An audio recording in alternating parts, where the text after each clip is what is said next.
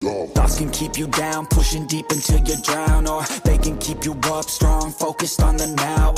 Glass half full, or has it been emptied out? Well, that's all up to you and your mind. Do you Hello kila George Managelod, Glenn Patricio, at Eric Bagamasbad. Salamat sa iyong suporta mga kaprakti. be anything? I attract all the things that are. Habang papalaki ng papalaki ang muscle mo, nagbabago din ang kondisyon ng iyong katawan. At normal naman na nangyayari ito. Ibig sabihin, mula sa mga basic na paggalaw sa proper form, nagle-level up din yung performance mo sa gym. Gaya na lang dito sa one-arm dumbbell row. Ang one-arm o single dumbbell row ay napakagandang exercise para sa kabuuan ng ating back dahil nasasapul nito ang ating lats, rhomboids, traps at real delts. Natatarget din ito ang core at biceps natin. Kaya sa iyong back workout, laging isama ang one-arm dumbbell row.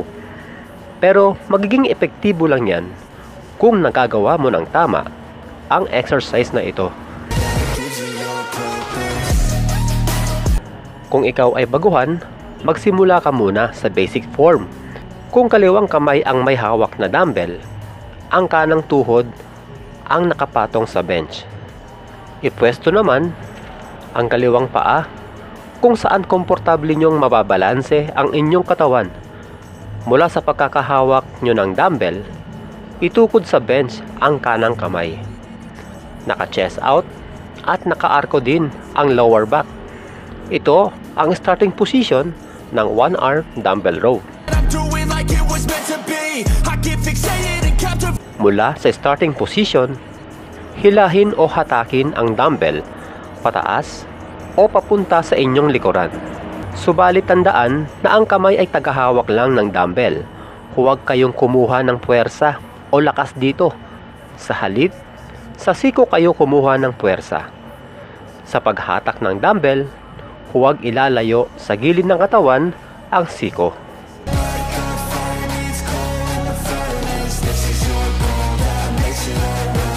At sa pababang direksyon, pigilan o kontrolin ang paggalaw dito na isasagad sa pagbaba o kung saan nabibinat ng husto ang ating lats. Kung ikaw ay ilang taon nang nagbubuhat pero hanggang ngayon ganyan pa rin ang ginagawa mo, hindi mo ba napapansin parang hindi na lumalaki ang back mo o huminto sa paglaki ito? Ito na yung sinasabi ko kanina na kung saan na kailangan mo nang i-level up ang mga ginagawa mong exercise.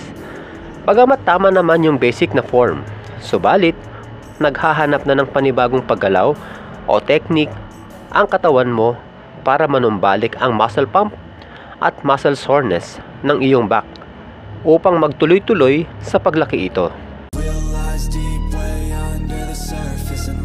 Mula sa basic na form, ganito ang gawin mo.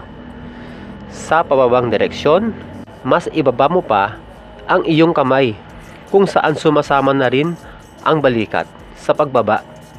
Sa ganitong paraan, mas nai-stretch ang ating lats at sa paghatak, isabay ang pag-chest out kapag nag-contract na sa likod ang muscle. Okay lang na medyo gumagalaw ng konti ang ating upper body dahil ang intensyon naman natin dito ay mabinat at mag-contract ng husto ang ating back. Gumawa kayo dito ng 4 sets at 10 reps. Subalit tiyakin nyo na yung 10 reps na gagawin nyo ay mararamdaman nyo yung close to failure o until failure. Ano ba yung until failure? Ito yung huling rep na ginawa mo kung saan hindi ka na makakagawa pa ng susunod na reps. Ibig sabihin, sinagad mo yung lakas mo. Upang maiwasan ng injury, ang advanced technique na ito sa one-arm dumbbell row ay huwag munang gawin ng mga baguhan. Masterin nyo muna yung basic form. At lagi kong sinasabi, ang paglaki ng muscle ay hindi nakukuha sa pagbubuhat lamang. Dahil kailangan nyo rin dito ng sapat na tulog at tamang pagkain. Hanggang sa muli mga kaprakti, God bless!